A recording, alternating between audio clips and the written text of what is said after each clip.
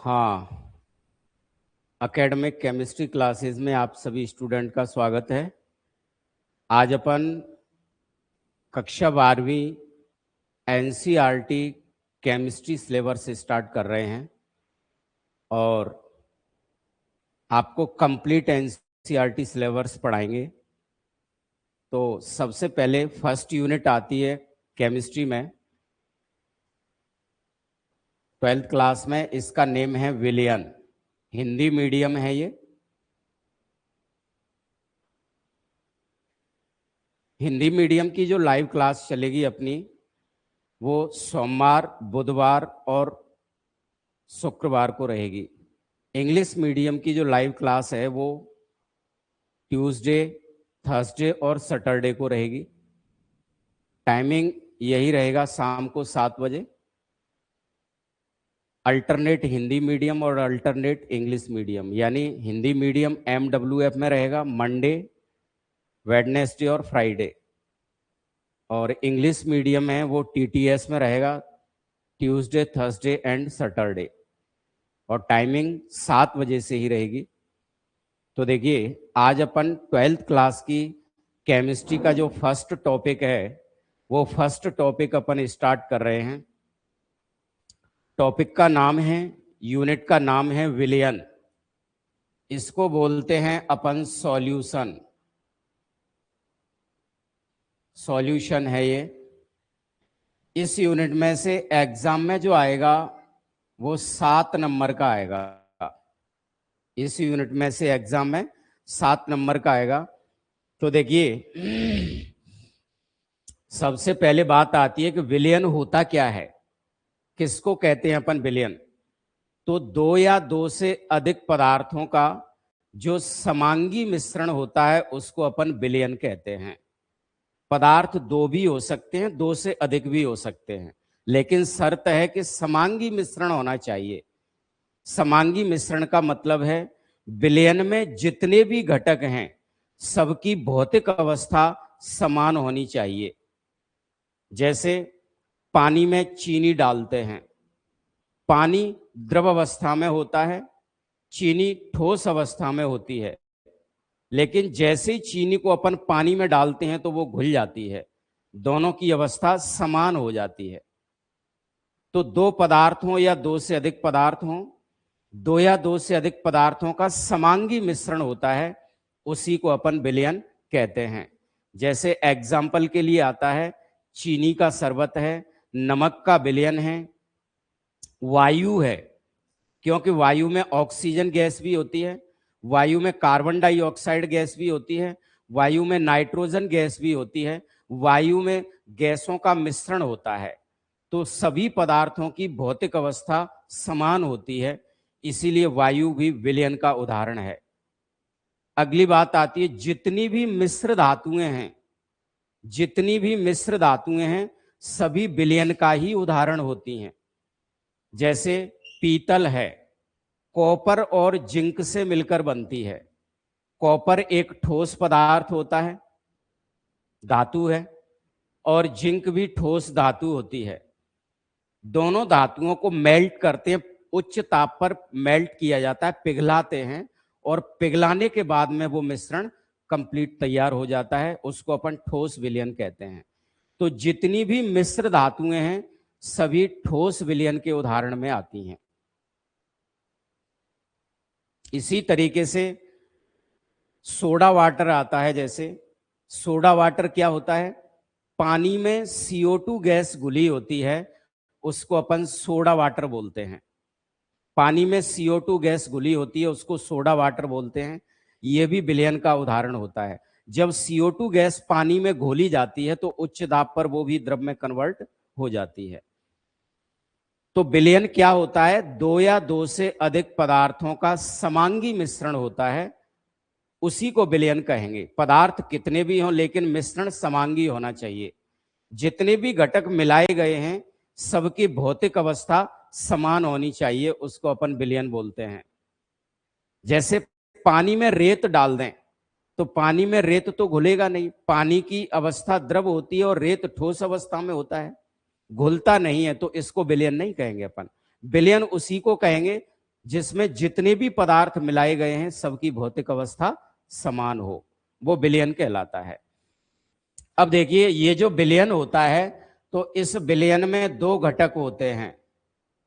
विलयन में दो घटक होते हैं, विलेय और प्लस विलायक।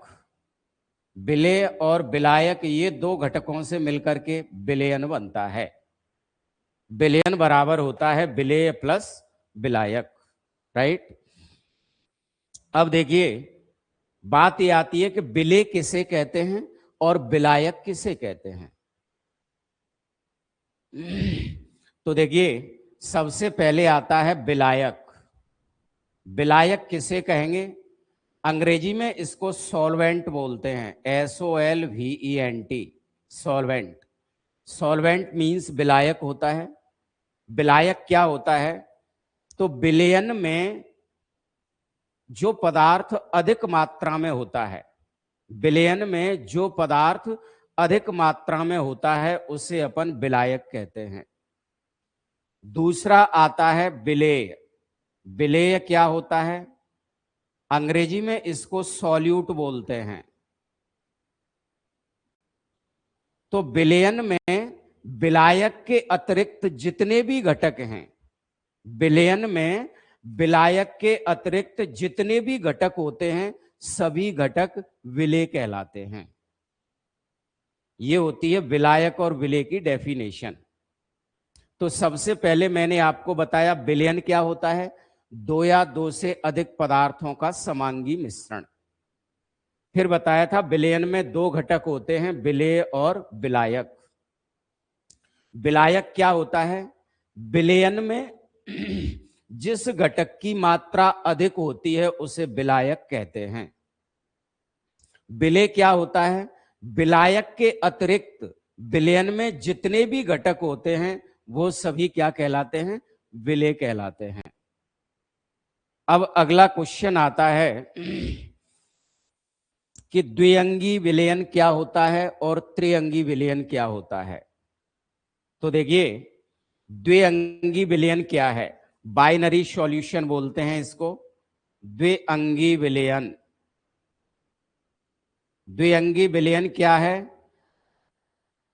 तो जिस विलयन में दो घटक होते हैं उसे द्विअंगी विलयन कहते हैं।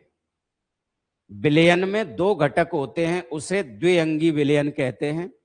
एग्जाम्पल के लिए चीनी का शरबत, चीनी के शरबत में पानी और चीनी है, तो इसमें दो घटक हो गए पानी और चीनी, तो इसको द्विअंगी विलयन कहेंगे। दूसरा आता है त्रिअंगी विलयन। ये त्रिअंगी विलयन क्या होता है? देखिए जिस विलयन में तीन घटक होते हैं उसे त्रिअंगी विलयन कहते हैं। जैसे एग्जाम्पल के लिए एक कोई बर्तन है और उस बर्तन में अपन ने हाइड्रोजन गैस भर दी, नाइट्रोजन गैस भर दी, ऑक्सीजन गैस भर दी। तीन घटक हो गए, hydrogen gas, nitrogen gas, oxygen gas, तीन घटक हो गए इसमें, तो इसको अपन त्रिअंगी विलयन कहेंगे। जिस विलयन में दो घटक होंगे उसे द्विअंगी विलयन, जिस विलयन में तीन घटक होते हैं उसे त्रिअंगी विलयन कहते हैं। इस तरीके से ये द्विअंगी और त्रिअंगी विलयन पहचानते हैं अपन। अब उसके बाद में आता है भौतिक अवस्था के आधार पर विलयन कितने प्रकार के होते हैं। भौतिक अवस्था के आधार पर विलयन कितने प्रकार के होते हैं अपन ये पढ़ेंगे। तो भौतिक अवस्था क्या होती है? तो अपन जानते हैं मूलतः पदार्थ की भौतिक अवस्थाएं तीन होती हैं, एक ठोस अवस्था, एक द्रव अवस्था और एक गैस अवस्था। ये तीन अवस्थाएं होती हैं। तो भौतिक अवस्था के आधार पर जो विलयन होते हैं वो मूलतः तीन प्रकार के होते हैं। तो सबसे पहले आता है जैसे ठोस विलयन। ठोस विलयन क्या होता है? तो देखिए जब किसी ठोस में अपन क्या मिलाएं? ठोस द्रव या गैस मिला दें, ठोस द्रव या गैस मिला देंगे, उसको अपन कहते हैं ठोस विलयन। जब किसी ठोस में ठोस मिला दो या द्रव मिला दो या गैस मिला दो, उसको अपन क्या कहते हैं, ठोस विलयन कहते हैं। एग्जाम्पल के लिए, जैसे पैलेडियम, पैलेडियम धातु होती है, इसका संकेत होता है पीडी। पैलेडियम में हाइड्रोजन गैस H2 गैस। देखिए, पैलेडियम एक ऐसी धातु है जो हाइड्रोजन को अधिशोषित करती है, अधिशोषित करती है। अधिशोषण क्या होता है वो समझ लो आप। मतलब एक एक चीज अपन को क्लियर करके चलनी है। केमिस्ट्री याद नहीं करनी है, सीखनी है। केमिस्ट्री को सीखना है, याद नहीं करना है, रटना नहीं है। अपन को एक एक वर्ड अपन एक्सप्लेन करके चलेंगे, लास्ट तक केमिस्ट्री आपको इसी तरीके से पढ़ाई जाएगी। तो देखिए, पैलेडियम धातु है ये। पैलेडियम धातु के ये पृष्ठ की सतह है। ऊपर वाली सतह को अपन पृष्ठ सतह कहते हैं। पृष्ठ सतह की गहराई 1 से 100 नैनोमीटर तक मानी जाती है। पृष्ठ सतह की गहराई 1 से 100 नैनोमीटर तक मानी जाती है। तो होता क्या है, पैलेडियम धातु के संपर्क में अपन हाइड्रोजन गैस को लाएंगे तो हाइड्रोजन गैस की सांद्रता पृष्ठ की सतह पर अधिक होगी और हाइड्रोजन गैस की सांद्रता इतने स्थान पर कम होगी अंदर। पैलेडियम धातु के इतने बड़े भाग में हाइड्रोजन गैस की सांद्रता कम होगी, हाइड्रोजन गैस की सांद्रता पृष्ठ की सतह पर अधिक होगी। इसको अपन अधिशोषण कहते हैं। तो पैलेडियम धातु हाइड्रोजन गैस को अधिशोषित करती है, इसको अपन ठोस विलयन कहते हैं। अब जैसे दूसरी बात आती है, मैंने अभी बताया था आपको कि कॉपर धातु में जिंक धातु मिला देते हैं, उच्च ताप पर मेल्ट करते हैं। मेल्ट करने के बाद में दोनों धातु एक दूसरे में मिश्रणी हो जाती हैं और मिश्रणी होने के बाद वो मिश्र धातु बना लेती हैं। इसको अपन पीतल कहते हैं, ब्रास। ये होता है ठोस विलयन। तो ठोस पदार्थ में अपन ठोस मिला दें या द्रव मिला दें या गैस मिला दें, उसी को अपन ठोस विलयन कहते हैं। जैसे एक बात और बताऊं मैं आपको, जैसे ठोस में अपन ने गैस मिला दिया, इसका उदाहरण हो गया पैलेडियम में हाइड्रोजन गैस। ठोस में ठोस मिला दिया, इसका उदाहरण हो गया कोई मिश्र धातु, पीतल या कांसा। उसके बाद में अपन ने ठोस में द्रव, द्रव कैसे मिलाएंगे, तो देखिए, जैसे मरकरी धातु होती है। मरकरी धातु, धातुओं में एक अपवाद है जो द्रव अवस्था में पाई जाती है। मरकरी धातु किस अवस्था में पाई जाती है, द्रव अवस्था में। तो देखिए, पारा या मरकरी एक ही बात है। तो मरकरी का सोडियम के साथ अमलगम, मरकरी का सोडियम के साथ अमलगम, सोडियम के साथ अमलगम, ये क्या होता है सुनिए। मरकरी का सोडियम के साथ अमलगम, तो देखिए, मरकरी यानी पारा होता है। पारा यानी इसका संकेत होता है Hg। धातुओं में ये अपवाद है, मरकरी धातु द्रव अवस्था में पाई जाती है और उसके बाद में सोडियम का संकेत होता है Na। तो सोडियम को मरकरी के साथ मिला देते हैं। सोडियम धातु ठोस अवस्था में रहती है और मरकरी द्रव अवस्था में रहती है। तो ठोस में अपन ने क्या मिला दिया, ये द्रव मिला दिया, तो इसको कहेंगे मरकरी का सोडियम के साथ अमलगम। अमलगम यानी मरकरी जो होता है, पारा, इसको जब किसी धातु के साथ मिक्स कर देते हैं उसको कहते हैं अमलगम। अगर सोडियम के साथ मरकरी को मिक्स कर दिया तो सोडियम अमलगम, मैग्नीशियम के साथ मरकरी को मिक्स कर दिया तो मैग्नीशियम अमलगम, जिंक धातु के साथ मरकरी को मिक्स कर दिया तो जिंक अमलगम कहते हैं। अमलगम यानी कि जब किसी धातु के साथ मरकरी को मिक्स कर देते हैं उसको अपन बोलते हैं अमलगम। ये होता है अमलगम। तो मैंने बताया था कि ठोस में ठोस द्रव या गैस मिला दो, तो ठोस में ठोस मिला दिया मतलब पीतल, ठोस में द्रव मिला दिया मतलब सोडियम का मरकरी के साथ अमलगम। ठोस में गैस मिला दिया मतलब पैलेडियम धातु के संपर्क में हाइड्रोजन गैस को लाएंगे तो पैलेडियम धातु हाइड्रोजन गैस को अधिशोषित करेगी। ठीक है, ये हो गया। दूसरा आता है द्रव विलयन। दूसरा जो आएगा वो द्रव विलयन आएगा। देखिए द्रव विलयन क्या होता है, लिक्विड सॉल्यूशन बोलते हैं। तो द्रव विलयन में क्या होगा, जब किसी द्रव में अपन ठोस, द्रव या गैस मिलाते हैं उसको कहते हैं अपन क्या, द्रव विलयन। जब किसी द्रव में ठोस, द्रव या गैस मिलाते हैं उसको कहते हैं अपन द्रव विलयन। आ रही है बात समझ में? तो देखिए उदाहरण आएगा इसका, जैसे उदाहरण बता रहा हूं मैं आपको। द्रव में ठोस मिला दो, द्रव में ठोस मिला दो, जैसे ग्लूकोज का विलयन। ग्लूकोज का विलयन, ग्लूकोज का विलयन एक ऐसे विलयन का उदाहरण है जिसमें द्रव में ठोस मिला हुआ है। ग्लूकोज ठोस होता है। दूसरा उदाहरण, द्रव में ठोस मिला दिया, अब द्रव में द्रव मिला दो, तो जैसे जल व एल्कोहल। जल व एल्कोहल, जल और एल्कोहल का जो मिश्रण होगा वो द्रव विलयन का उदाहरण होगा। द्रव में द्रव मिला हुआ है। अब द्रव में गैस मिलाएंगे, तो द्रव में गैस मिलाएंगे, ये विलयन क्या होगा, सोडा वाटर। इसका उदाहरण होगा सोडा वाटर। सोडा वाटर इसका उदाहरण होता है। सोडा वाटर क्या होता है, तो पानी में CO2 गैस घुली होती है, उसको अपन सोडा वाटर कहते हैं। जैसे आपने देखा होगा पानी की पीने वाली ठंडी बोतल होती हैं, उनका ढक्कन अपन खोलते हैं तो उसमें कुछ क्षण के लिए तेजी से गैस निकलती है, तो वो गैस CO2 गैस घुली रहती है उसमें। और CO2 गैस क्यों घोली जाती है उसमें, CO2 एक अच्छा प्रशीतक होता है। अगर किसी द्रव को ठंडा रखना है तो ठंडा करने के लिए CO2 गैस का यूज किया जाता है, इसलिए उसमें CO2 घोली जाती है।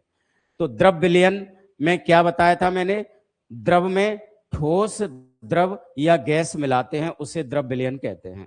तो द्रव में ठोस विलयन मिलाया, द्रव में ठोस मिलाया, इसका उदाहरण क्या है, ग्लूकोज का विलयन। ठीक है, जैसे पानी में ग्लूकोज मिला दिया तो वो द्रव में ठोस हो गया। द्रव में द्रव का उदाहरण जल व एथिल अल्कोहल। जल व अल्कोहल का मिश्रण। द्रव में गैस मिला दिया तो वो सोडा वाटर होता है, ये इसका उदाहरण है। अब अगला आता है गैस विलयन। अगला आएगा गैस विलयन। देखिए गैस विलयन क्या होता है तो आपको पता होगा, गैस में अपन गैस मिलाते हैं उसको अपन क्या कहते हैं, गैस विलयन कहते हैं।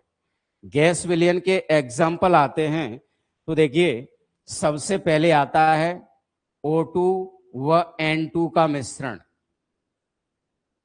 ऑक्सीजन गैस है, नाइट्रोजन गैस है, तो ऑक्सीजन गैस और नाइट्रोजन गैस का मिश्रण जो होगा गैस विलयन कहेंगे। उसके बाद में दूसरा उदाहरण आता है क्लोरोफॉर्म। दूसरा उदाहरण है क्लोरोफॉर्म व N2 का मिश्रण। N2 का मिश्रण, ये गैस विलयन का उदाहरण है। अब आप कहोगे कि क्लोरोफॉर्म क्या होता है, तो देखिए क्लोरोफॉर्म जो है इसका सूत्र होता है CHCl3, कार्बनिक यौगिक है। कमरे के ताप पर यह बाष्पित हो जाता है।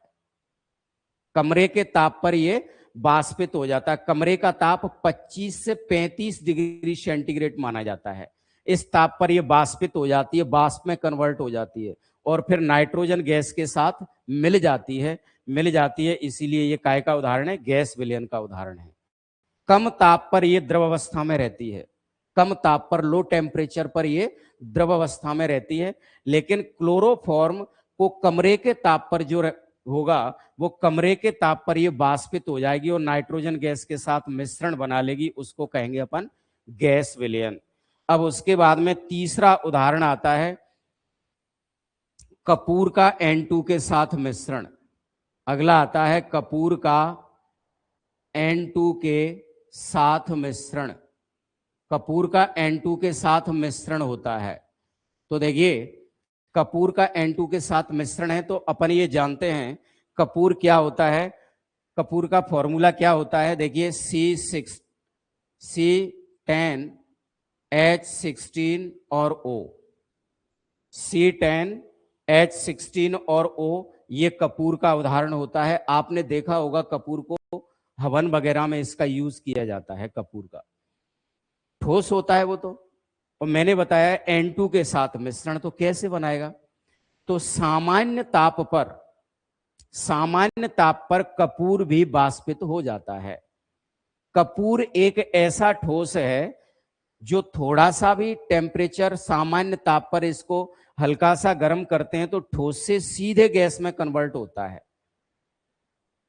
सामान्यतः ठोस पदार्थ को गर्म करोगे तो पहले द्रव में बदलेगा और उसके बाद में गैस में कन्वर्ट होता है। लेकिन कपूर एक ऐसा ठोस है जो कमरे के ताप पर ठोस से सीधे गैस में कन्वर्ट होता है। तो कपूर सामान्य ताप पर वाष्पित हो जाता है और वो वाष्प नाइट्रोजन के साथ मिलकर गैसीय मिश्रण या गैसीय विलयन बना लेती हैं। इस तरीके से मैंने बताया भौतिक अवस्था के आधार पर विलयन 3 प्रकार के होते हैं। ठोस विलयन, ठोस में ठोस द्रव या गैस मिलाते हैं उसे ठोस विलयन कहते हैं। ठोस में ठोस का उदाहरण क्या है, पीतल। ठोस में द्रव मिलाया, इसका उदाहरण क्या है, मरकरी का सोडियम के साथ अमलगम। ठोस में गैस मिलाई, इसका उदाहरण क्या है, पैलेडियम द्वारा हाइड्रोजन का अधिशोषण। द्रव विलयन, द्रव में ठोस द्रव या गैस मिलाते हैं उसे द्रव विलयन कहते हैं। द्रव में ठोस मिलाया, इसका उदाहरण है ग्लूकोज का विलयन। द्रव में द्रव मिलाया, इसका उदाहरण है जल व एल्कोहल का मिश्रण। द्रव में गैस मिलाया, इसका उदाहरण है सोडा वाटर यानी पानी में CO2 गैस घुली। गैस विलयन, गैस में गैस मिलाई जाती है। तो देखिए O2 और N2 का मिश्रण गैस गैस। क्लोरोफॉर्म व N2 का मिश्रण। क्लोरोफॉर्म कम ताप पर द्रव अवस्था में रहती है, लेकिन कमरे के ताप पर यह वाष्पित हो जाती है और वो वाष्प N2 के साथ मिलकर के गैस विलयन बनाती है। कपूर का N2 के साथ मिश्रण, अब आप कहोगे कि कपूर तो ठोस होता है और नाइट्रोजन गैस होती है, ये कैसे बनेगा।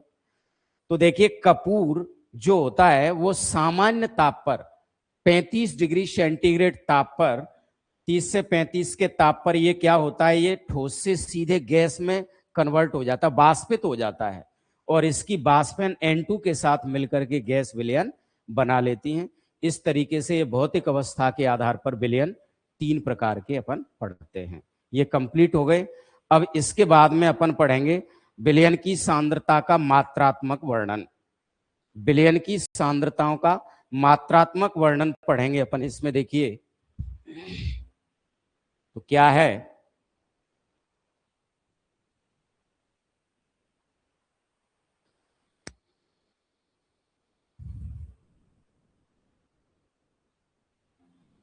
देखिए विलयन की सांद्रता के मात्रात्मक वर्णन में सबसे पहले आता है प्रतिशतता।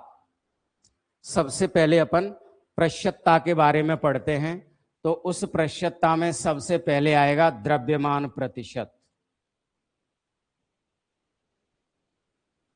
द्रव्यमान प्रतिशत, देखिए द्रव्यमान प्रतिशत, आयतन प्रतिशत, पीपीएम में सांद्रता, ये सारी चीजें अपन पढ़ेंगे इसमें।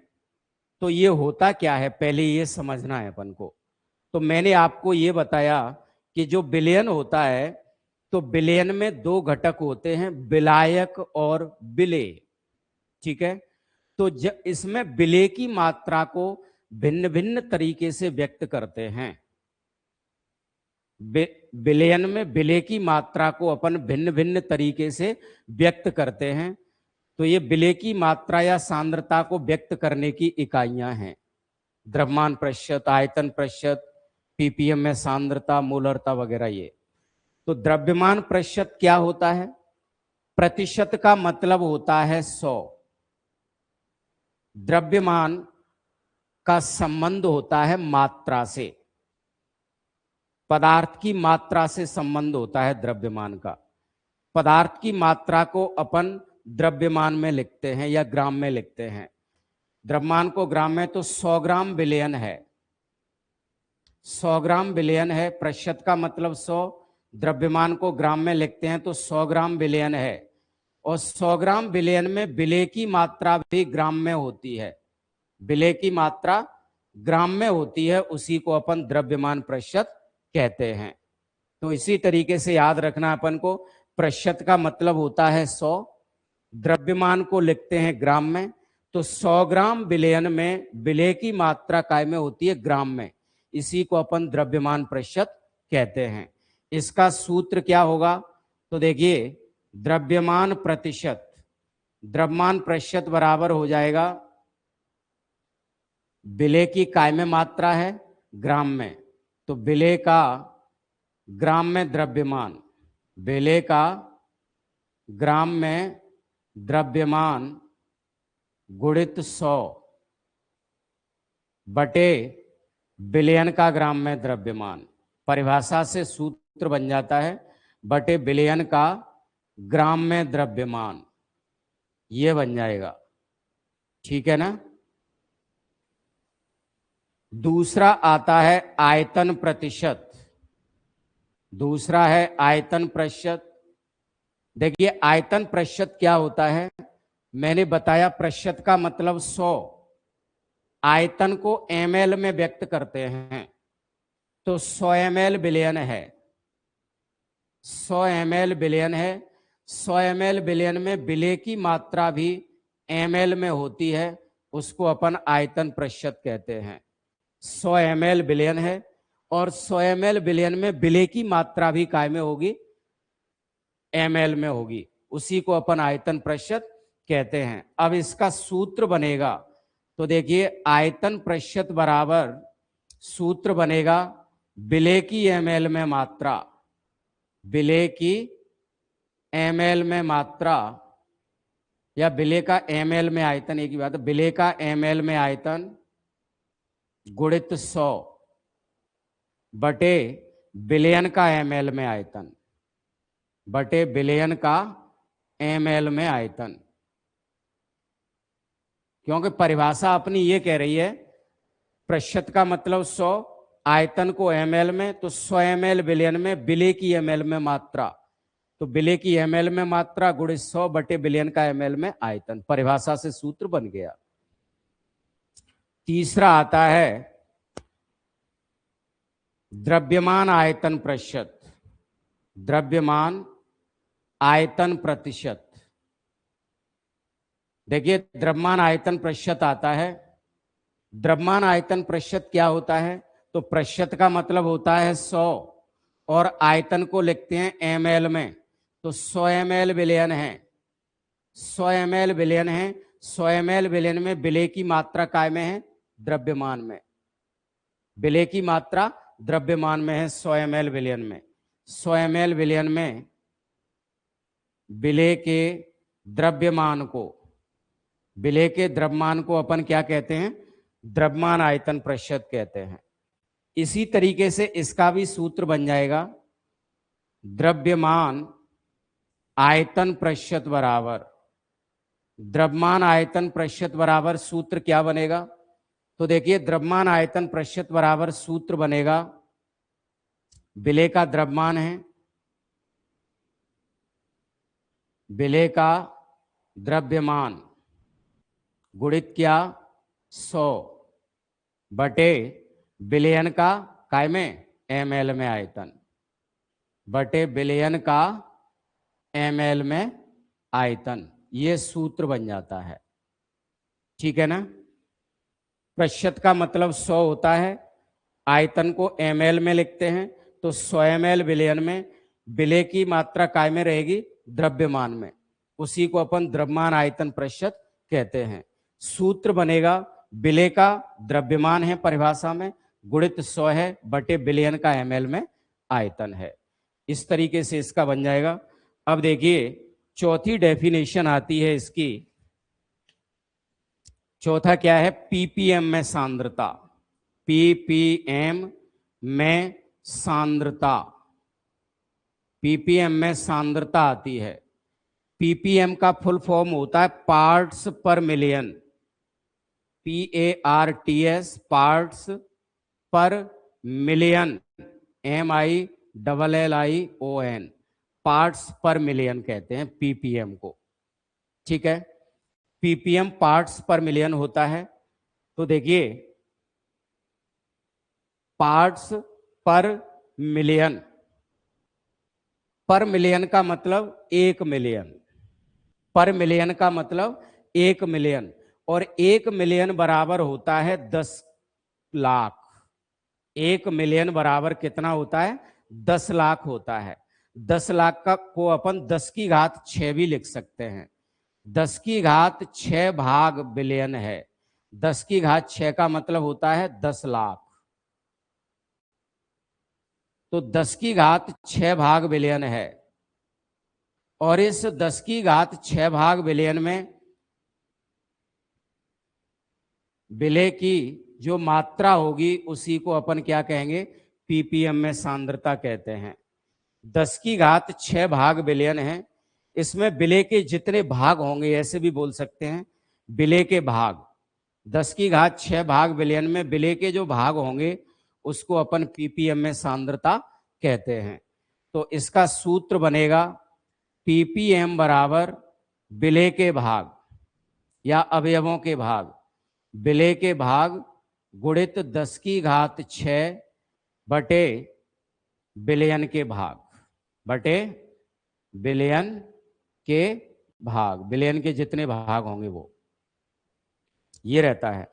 अब इसका उपयोग काय में होता है, कब यूज की जाती है ये, तो देखिए, जो पीपीएम में सांद्रता होती है तो बिलियन में विलय की मात्रा अति सूक्ष्म है, बहुत कम। बिलियन में विलय की मात्रा बहुत कम होती है, अति सूक्ष्म होती है, तब पीपीएम में सांद्रता का उपयोग किया जाता है। तो इसका उपयोग करते हैं प्रदूषण की मात्रा ज्ञात करने में। पीपीएम में सांद्रता का उपयोग कब किया जाता है, जब विलय की अत्यंत सूक्ष्म मात्रा हो।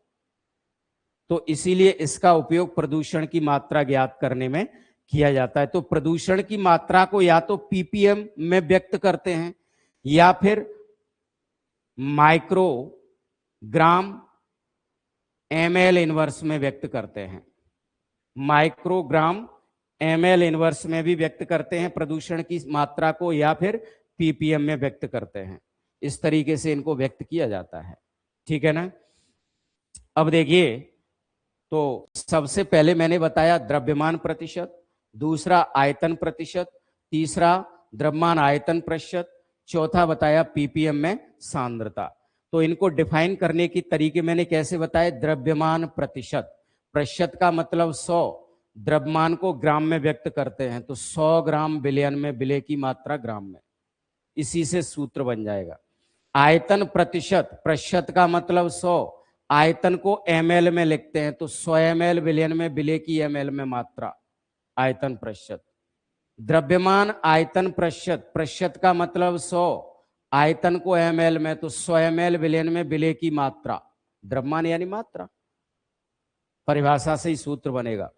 पीपीएम में सांद्रता, पार्ट्स पर मिलियन, पर मिलियन का मतलब 1 मिलियन, और 1 मिलियन बराबर कितना होता है, 10 लाख होता है। तो 10 लाख भाग बिलियन है, यानी 10 लाख मतलब 10 की घात 6, 10 की घात 6 भाग बिलियन में विलय के जितने भाग होंगे उसी को अपन पीपीएम में सांद्रता कहते हैं। इसका उपयोग कब किया जाता है, जब बिलियन में विलय की मात्रा अत्यंत सूक्ष्म होती है तो पीपीएम में व्यक्त किया जाता है। तो इसके लिए क्या होता है, इसमें प्रदूषण की मात्रा ज्ञात करने में, प्रदूषण की मात्रा ज्ञात करने के लिए या तो पीपीएम में सांद्रता का उपयोग करते हैं या माइक्रोग्राम ml इनवर्स का यूज करते हैं, ये रहता है। अब देखिए, अब अगला आता है, इसमें परिभाषा आती है अगली, वो देखिए 5वीं परिभाषा है मोलरता। मोलरता। विलेय की सांद्रता को अलग अलग तरीके से व्यक्त किया जाएगा इनमें, विलेय की मात्रा को। तो देखिए मोलरता में क्या होता है, 1 लीटर बिलियन होता है, 1 लीटर बिलियन। और इस 1 लीटर बिलियन में विलेय की जो मात्रा है, उस विलेय की मात्रा को मोल की संख्या में व्यक्त करते हैं, विलेय के मोल की संख्या में व्यक्त करते हैं। अब ये मोल क्या होता है वो सुनिए आप। तो पदार्थ की सांद्रता या मात्रा व्यक्त करने की इकाई होती है मोल। पदार्थ की मात्रा व्यक्त करने की जो इकाई होती है उसको अपन क्या कहते हैं, मोल कहते हैं। पदार्थ की मात्रा को व्यक्त किया जाता है इस इकाई के द्वारा। जैसे 1 मोल हाइड्रोजन परमाणु, 1 मोल हाइड्रोजन अणु, 1 मोल हाइड्रोजन आयन। तो पदार्थ की मात्रा को व्यक्त करने की इकाई होती है मोल। तो बिलियन 1 लीटर रहता है और विलेय की मात्रा को मोल में व्यक्त करते हैं, उसको अपन क्या कहते हैं, मोलरता कहते हैं। इस मोलरता को अपन कैपिटल एम से प्रदर्शित करते हैं। मोलरता को कैपिटल एम से प्रदर्शित किया जाता है। अब देखिए सूत्र बनेगा इसका, मोलरता बराबर सूत्र बनेगा, विलेय की मात्रा काय में है, मोल में। तो विलेय के मोलों की संख्या, विलेय के मोलों की संख्या बटे क्या हो जाएगा, बिलियन का काय में, लीटर में आयतन, बटे बिलियन का लीटर में आयतन हो जाएगा, लीटर में आयतन। विलेय के मोलों की संख्या बटे बिलियन का लीटर में आयतन, ये मोलरता का सूत्र होता है। अब इसके बारे में कुछ बातें हैं मोलरता के बारे में, वो देखिए। मोलरता ताप से प्रभावित होती है। क्यों होती है ताप से प्रभावित? क्योंकि ताप में परिवर्तन करने से हमेशा आयतन में परिवर्तन होता है। ताप में परिवर्तन करेंगे तो आयतन में परिवर्तन होता है, और आयतन में परिवर्तन होगा तो मोलरता के मान में भी परिवर्तन होता है, क्योंकि मोलरता में आयतन की प्रधानता है। 1 लीटर बिलियन है, बिलियन का आयतन कितना है, 1 लीटर। तो मोलरता में आयतन की प्रधानता है, और मोलरता में आयतन की प्रधानता है तो ताप में परिवर्तन करने से आयतन में परिवर्तन होता है, और आयतन में परिवर्तन होगा तो मोलरता के मान में भी परिवर्तन होगा। इसी कारण मोलरता ताप से प्रभावित होती है। अब इसकी इकाई निकालेंगे, तो मोलरता की इकाई कैसे निकालेंगे, तो विलेय के मोलों की संख्या, मोल ऊपर है, विलेय के मोलों की संख्या यानी मोल ऊपर है, बटे बिलियन का लीटर में आयतन, लीटर नीचे है, लीटर नीचे है तो ऊपर जाके लीटर माइनस का हो जाएगा। तो मोलरता की इकाई हो जाएगी मोल लीटर इनवर्स या मोल पर लीटर। मोलरता की इकाई होगी, मोल ऊपर है तो ऊपर लिखा मोल, लीटर नीचे है, लीटर ऊपर जाके काय का हो जाएगा, माइनस का। तो मोल लीटर इनवर्स लिख दो या मोल पर लीटर लिख दो।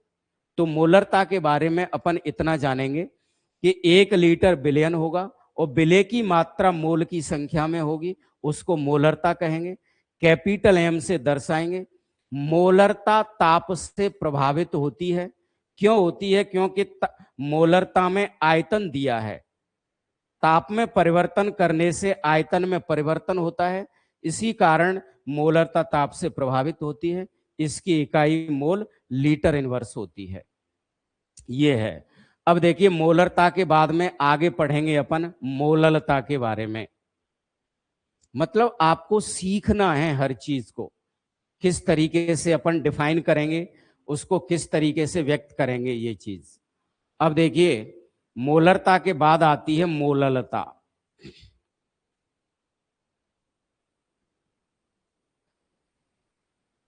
देखिए मोलरता के बाद में मोललता आती है। मोललता में भी क्या होता है, स्मॉल एम से दर्शाते हैं इसको। इसमें 1 केजी विलायक होता है, 1 केजी विलायक।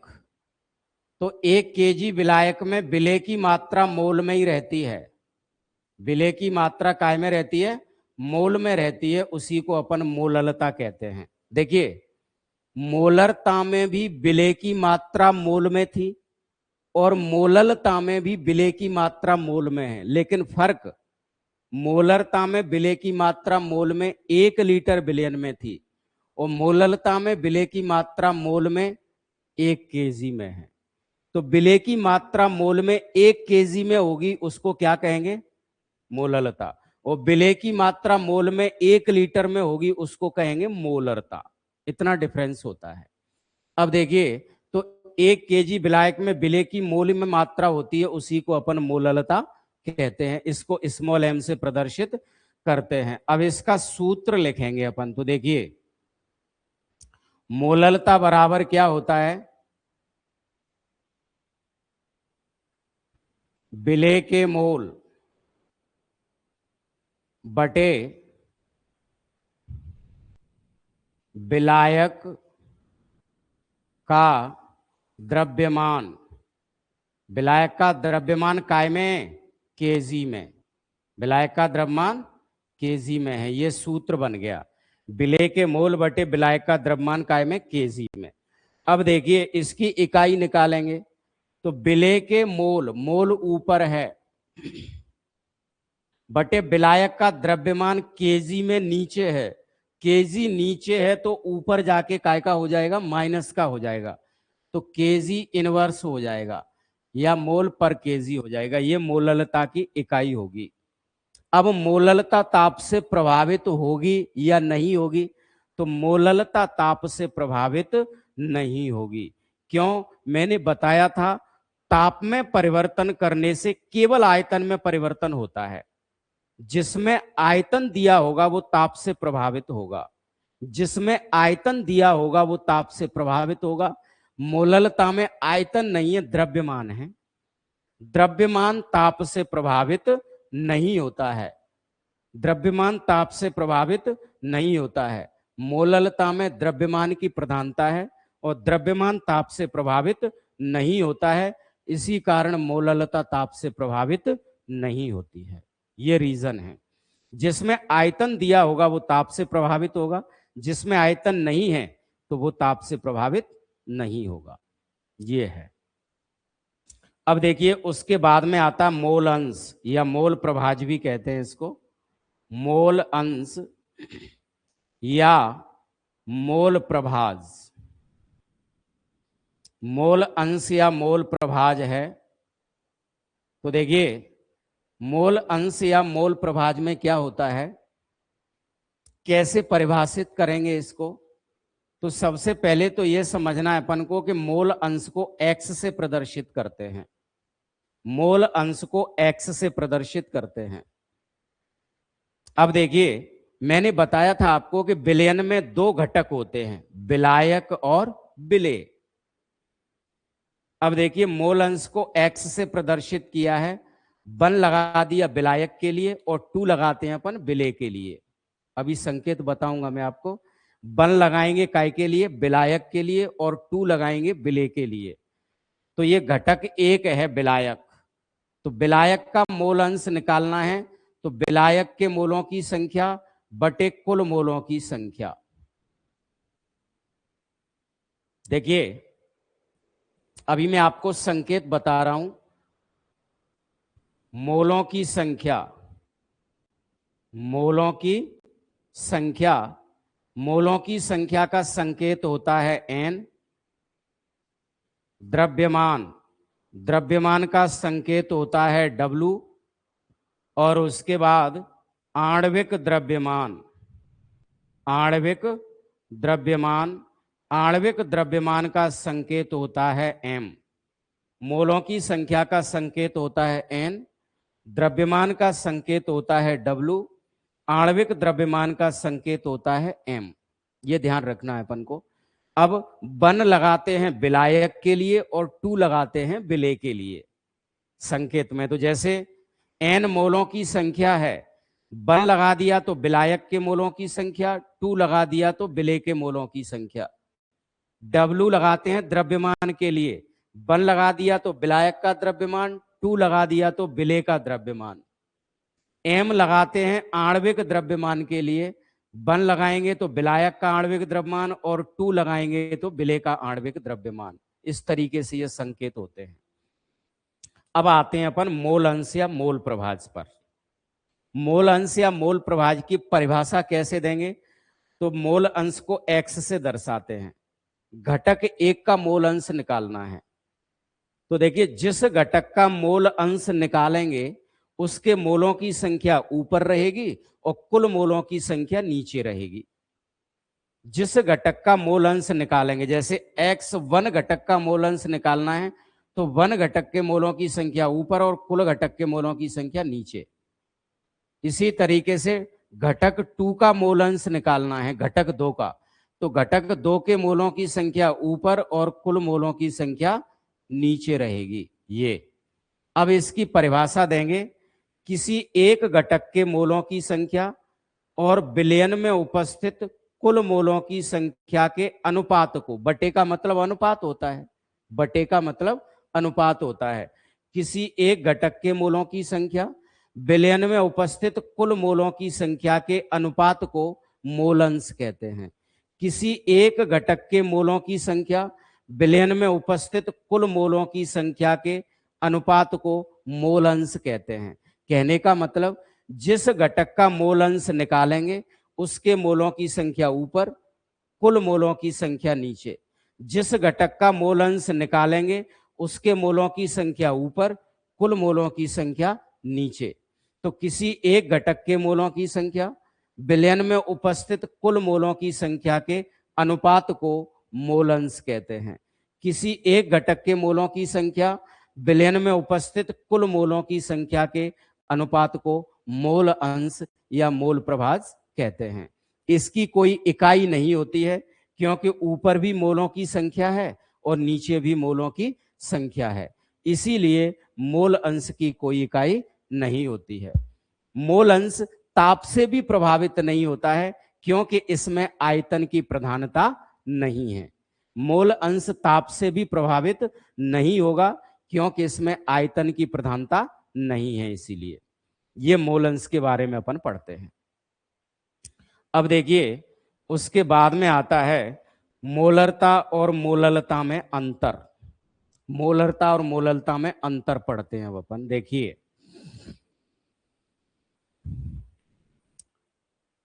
केमिस्ट्री के अंदर एक एक शब्द आपको एक्सप्लेन करके बताया जाएगा क्लियरली, शुरू से लेकर और यूनिट के केमिस्ट्री के लास्ट तक, यूनिट 10 तक एक एक शब्द क्लियर करके पढ़ाएंगे आपको बिल्कुल। और प्रिंटेड नोट्स भी देंगे, जो स्टूडेंट बाहर से हैं, दूर से हैं, उनके लिए प्रिंटेड नोट्स की भी व्यवस्था की गई है। तो देखिए अब अपन पढ़ेंगे मोलरता और मोललता में अंतर। मोलरता और मोललता में अंतर। देखिए मोलरता और मोललता में क्या अंतर होता है, मैंने अभी अभी बताया भी है आपको। तो सबसे पहला अंतर तो ये है, मोलरता में मैंने बताया था ये 1 लीटर विलयन में, ये 1 लीटर विलयन में विलेय के मोलों की संख्या होती है, विलेय के मोल की संख्या होती है। 1 लीटर विलयन में विलेय के मोल होते हैं और इसमें 1 केजी विलायक में विलेय के मोल होते हैं। 1 केजी विलायक रहता है इसमें और 1 केजी विलायक में विलेय के मोल होते हैं। दूसरी बात इसमें यह आती है, मोलरता जो है वो ताप से प्रभावित होती है। मोलरता ताप से प्रभावित होती है और उसके बाद मोललता ताप से प्रभावित नहीं होती है। मोललता ताप से प्रभावित नहीं होती है।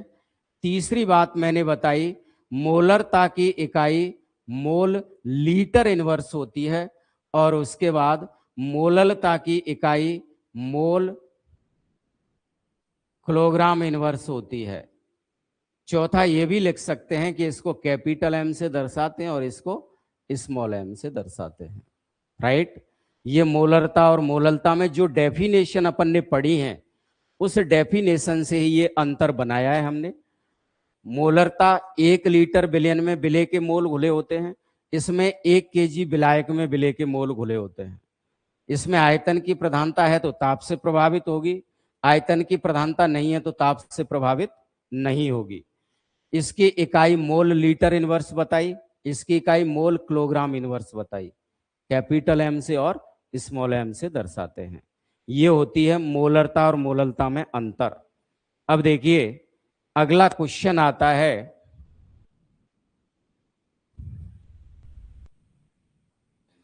अगला क्वेश्चन पढ़ेंगे अपन, विलेयता का नियम क्या है।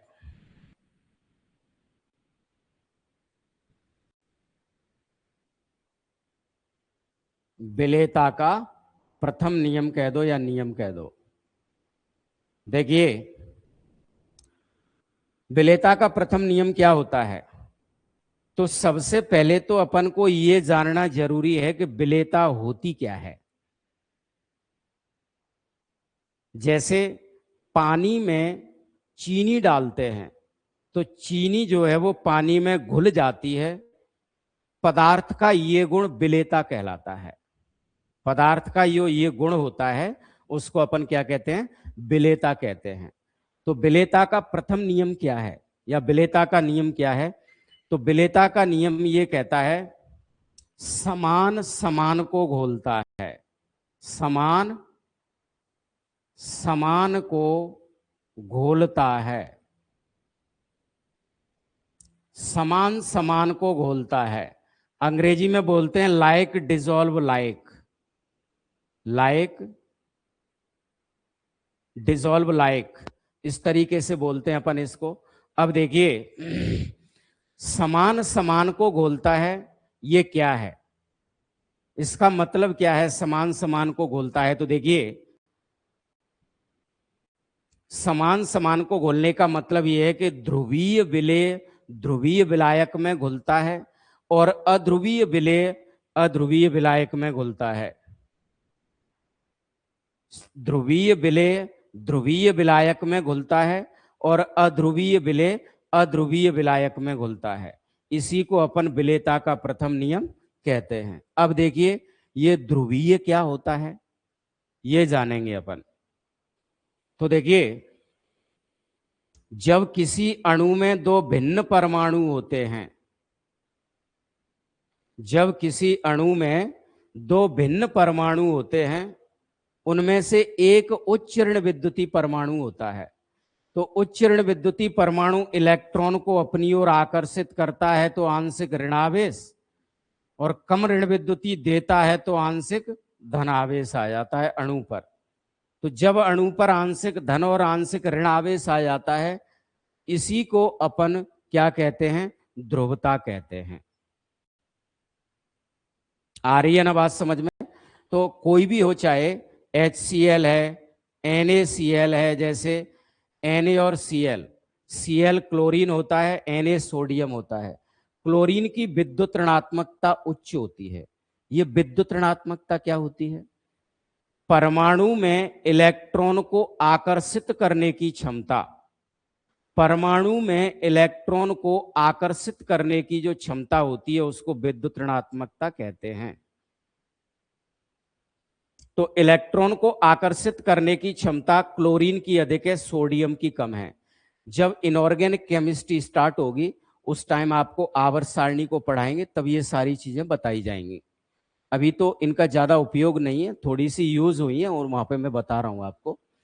तो NaCl किसी भी अणु में दो भिन्न परमाणु हैं और दोनों की विद्युत ऋणात्मकता में अंतर है, ज्यादा अंतर होगा तो कम ऋण विद्युतीय परमाणु जो होगा वो इलेक्ट्रॉन देगा और अधिक ऋण विद्युतीय परमाणु इलेक्ट्रॉन लेगा तो ऋण। इस तरीके से अणु पर धन और ऋण आवेश आ जाता है। इसी को अपन क्या बोलते हैं, ध्रुवता बोलते हैं। तो अगर विलेय ध्रुवीय है तो विलायक भी ध्रुवीय होना चाहिए तभी घुलेगा। ये तो हो गया ध्रुवता या ध्रुवीय।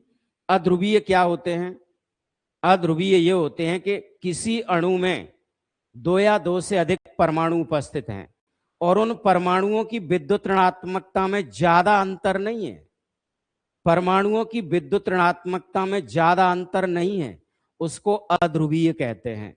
जैसे सामान्य तौर पर ले लो CH4, कार्बन और हाइड्रोजन की विद्युत ऋणात्मकता में ज्यादा अंतर नहीं होता है, तो ये अध्रुवीय है। न तो कोई इलेक्ट्रॉन को अपनी ओर खींचेगा और न दूसरा कोई देगा, क्योंकि विद्युत ऋणात्मकता लगभग समान है इनकी दोनों की। इसी तरीके से बेंजीन है C6H6, ठीक है। इसी तरीके से नेफ्थलीन है, नेफ्थलीन कार्बनिक यौगिक, एरोमेटिक यौगिक होता है ये स्ट्रक्चर रहता है इसका, ठीक है। एंथ्रासीन है, उसमें 3 इसी तरीके से चक्रीय कंपाउंड रहते हैं 3। तो ये अध्रुवीय यौगिक होते हैं।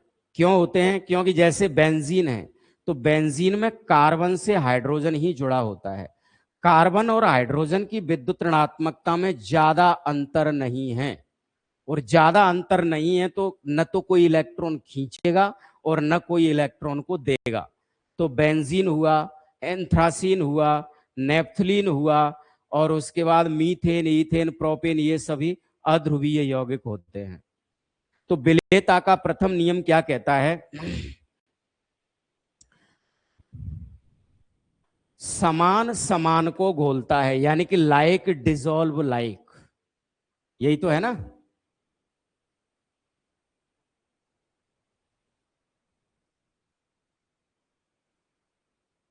लाइक डिसॉल्व्स लाइक, यानी समान समान को घोलता है।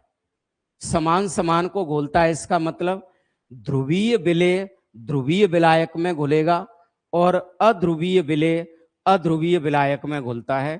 इसको अपन विलेयता का प्रथम नियम कहते हैं। तो देखिए, जैसे जल का सूत्र होता है, आप जानते हो H2O, राइट।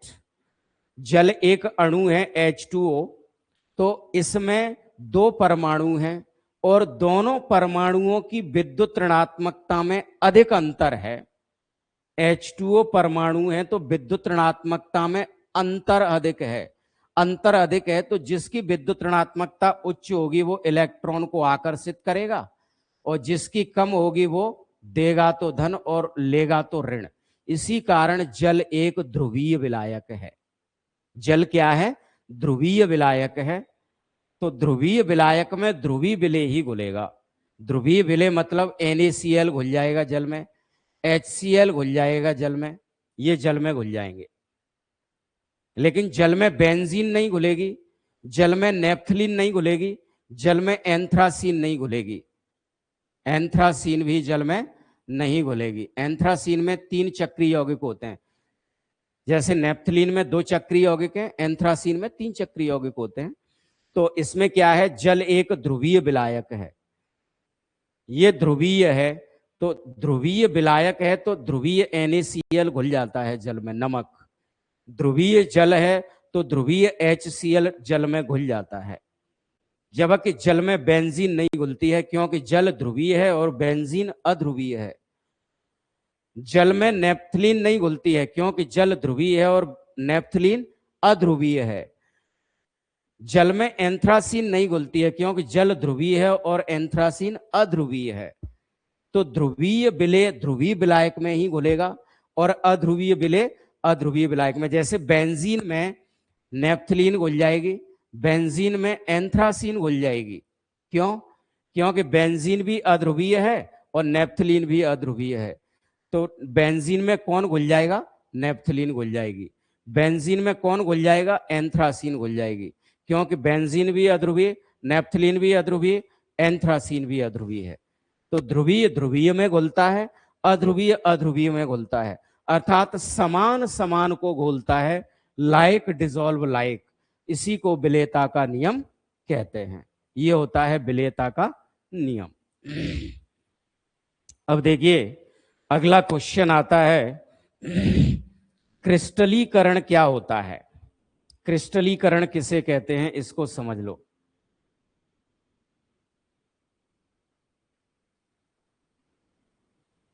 देखिए, क्रिस्टलाइजेशन बोलते हैं इसको। क्रिस्टलीकरण का एक सामान्य उदाहरण बताता हूं, मिश्री का बनना। ये क्रिस्टलीकरण है। समुद्री जल से नमक का बनना, ये क्रिस्टलीकरण का उदाहरण है। समुद्री जल से नमक का बनना और मिश्री का बनना, ये क्रिस्टलीकरण के उदाहरण होते हैं, यानी क्रिस्टल का बनना। जब किसी अशुद्ध मिश्रण से ठोस पदार्थ बन जाता है, जब किसी अशुद्ध मिश्रण से ठोस पदार्थ बनता है, वो प्रोसेस, वो क्रिया क्रिस्टलीकरण कहलाती है। ये क्रिस्टलीकरण होता कैसे है, ये मैं बता रहा हूं आपको। तो देखिए, क्रिस्टलीकरण के मैंने उदाहरण बता दिए। तो जैसे ये द्रव विलायक है, द्रव विलायक। अब द्रव विलायक में अपन ने ठोस विलेय डाला, ठोस, ये ठोस विलेय है, और द्रव क्या है, विलायक है। द्रव विलायक में ठोस विलेय डाल दिया। जैसे ही अपन ने डाला तो ये ठोस द्रव में घुलने लगेगा, घुलेगा, ये घुलने लगेगा, ठीक है। जैसे ही किसी द्रव विलायक में ठोस विलेय को डालते हैं तो ठोस विलेय द्रव में घुलने लगेगा। अब जैसे ही घुलेगा तो जो घुले हुए विलेय के कण हैं, जो घुले हुए विलेय के कण हैं, वो ठोस विलेय के कणों से टकराएंगे और टकराने के बाद विलयन से पृथक हो जाएंगे, विलयन से पृथक हो जाएंगे। इसी क्रिया को अपन क्रिस्टलीकरण क्रिया कहते हैं। ये क्रिस्टलीकरण की प्रोसेस होती है। तो इसी तरीके से अपन को समझना है कि किसी द्रव विलायक में ठोस विलेय को डालते हैं। द्रव विलायक में ठोस विलेय को डालेंगे तो ठोस विलेय के कण द्रव में घुलने लगेंगे, द्रव में घुलने लगेंगे तो घुले हुए विलेय के कण, घुले हुए जो विलेय के कण हैं, वो ठोस विलेय के कण से टकराकर विलयन से अलग हो जाएंगे। इस प्रोसेस को, इस क्रिया को क्रिस्टलीकरण क्रिया कहते हैं। उदाहरण मैंने बताया आपको, समुद्री जल से नमक का बनना। दूसरा बताया मिश्री का बनना। ये काय के उदाहरण होते हैं, क्रिस्टलीकरण के उदाहरण होते हैं ये। अब अगला क्वेश्चन आता है, संतृप्त विलयन और असंतृप्त विलयन किसे कहते हैं। देखिए, इसको भी समझ लो आप। देखिए, सबसे पहले आता है संतृप्त विलयन।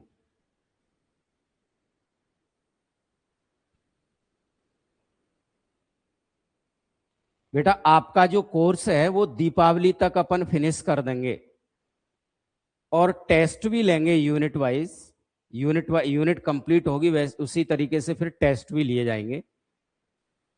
दीपावली तक लगभग फिनिश कर देंगे। पूरी साल तक ये वीडियो आपके मोबाइल में डाउनलोड रहेगी, प्रिंटेड नोट्स भी अवेलेबल रहेंगे, अभी पीडीएफ भी डाली जाएगी आपके लिए, ठीक है ना।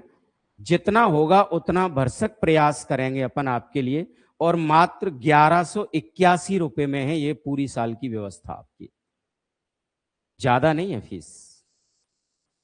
तो देखिए, संतृप्त विलयन है। संतृप्त विलयन क्या होता है, जिसमें निश्चित ताप पर विलेय की और अधिक मात्रा न मिलाई जा सके। निश्चित ताप पर विलेय की और अधिक मात्रा न मिलाई जा सके, उसको अपन संतृप्त विलयन कहेंगे। निश्चित ताप पर विलेय की और अधिक मात्रा न मिलाई जा सके, अधिक मात्रा न घोली जा सके, घोली जा सके, उसी को अपन संतृप्त विलयन कहते हैं। निश्चित ताप पर विलेय की जिसमें और अधिक मात्रा न घोली जा सके। इसका मतलब क्या है, तो देखिए, इसको मैं एग्जाम्पल के तौर पर आपको बता रहा हूं। जैसे जल है और इस जल में अपन चीनी डाल रहे हैं, चीनी निश्चित ताप पर डाल रहे हैं, जल में अपन चीनी डाल रहे हैं, तो आपको पता है जल में चीनी मिलाएंगे तो चीनी घुलेगी, चीनी मिलाते जाएंगे, चीनी घुल गई, दूसरी बार फिर डाली, फिर घुल गई, तीसरी बार फिर डाली, फिर घुल गई। लेकिन एक संतृप्त बिंदु आएगा, और उस संतृप्त बिंदु पर वो चीनी जल में घुलना बंद हो जाएगी। उस संतृप्त बिंदु पर चीनी जल में घुलना बंद हो जाएगी। जब चीनी जल में घुलना बंद हो जाए तब वो विलयन संतृप्त विलयन कहलाएगा। तो उसमें निश्चित ही मात्रा घुलेगी, और अधिक डालेंगे तो और अधिक मात्रा उसमें घुल नहीं पाएगी। ऐसे विलयन को अपन संतृप्त विलयन में, मतलब इसका मतलब क्या है, निश्चित ताप पर विलय की और अधिक मात्रा न घोली जा सके। इसका मतलब क्या होता है? इसका मतलब यही होता है, जैसे मैंने बताया, एक कोई बर्तन लिया, जल भरा, उसमें चीनी डाली, पहली बार में घुल गई, दूसरी बार में डाली घुल गई, तीसरी बार में डाली घुल गई। ऐसे ही डालेंगे घुलती जाएगी, लेकिन एक संतृप्त बिंदु आएगा और उस संतृप्त बिंदु पर चीनी अपन डालेंगे, फिर वो चीनी घुलेगी नहीं। कुछ सीमा तक तो अपन पानी में चीनी डालेंगे तो घुलती जाएगी, लेकिन एक बिंदु ऐसा आएगा, एक समय ऐसा आएगा कि चीनी को पानी में अपन डालते जाएंगे, घुलती जाएगी, लेकिन एक समय के बाद वो चीनी पानी में घुलेगी नहीं। तो जब चीनी पानी में डालने के बाद वो घुले नहीं, उसकी मात्रा, उस विलयन को अपन संतृप्त विलयन कहते हैं। पानी, चीनी डाली पानी में घुल गई, वो असंतृप्त विलयन हो गया। चीनी को अपन ने पानी में डाला, घुल गई, वो क्या हो गया? असंतृप्त विलयन हो गया। चीनी को पानी में डालते गए, घुलती गई, असंतृप्त विलयन होता गया। लेकिन हर बार डालने के बाद एक स्थिति ऐसी भी आएगी कि चीनी को जब पानी में अपन डालेंगे तो वो घुलेगी नहीं। उस बिंदु को ही अपन संतृप्त विलयन कहते हैं। वो घुलेगी नहीं, इसीलिए तो कहा है निश्चित ताप पर विलय की और अधिक मात्रा न मिलाई जा सके, और अधिक मात्रा न घोली जा सके। ऐसे विलयन को अपन क्या कहते हैं? संतृप्त विलयन कहते हैं। असंतृप्त विलयन के बारे में अभी मैंने बता ही दिया आपको। निश्चित ताप पर विलय की मात्रा मिलाई जा सके। पहली बार चीनी पानी में डाली, घुल गई, दूसरी बार चीनी पानी में डाली, घुल गई, असंतृप्त विलयन है। निश्चित ताप पर और अधिक मात्रा मिलाई जा सक रही है इसमें, उसी को अपन असंतृप्त विलयन कहते हैं। और यह संतृप्त विलयन में जिसमें विलय की मात्रा न मिलाई जा सके, वो होता है ये। ठीक है ना? ये है संतृप्त और असंतृप्त विलयन की परिभाषा। अब देखिए, उसके बाद में अगला क्वेश्चन आता है, ठोसों की द्रवों में विलेयता किन किन कारकों पर निर्भर करती है? ठोसों की द्रवों में विलेयता, ये बताएंगे आपको अभी। तो देखिए,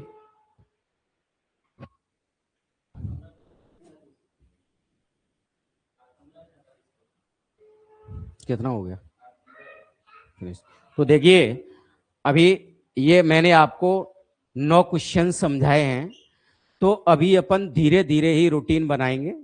ठीक है?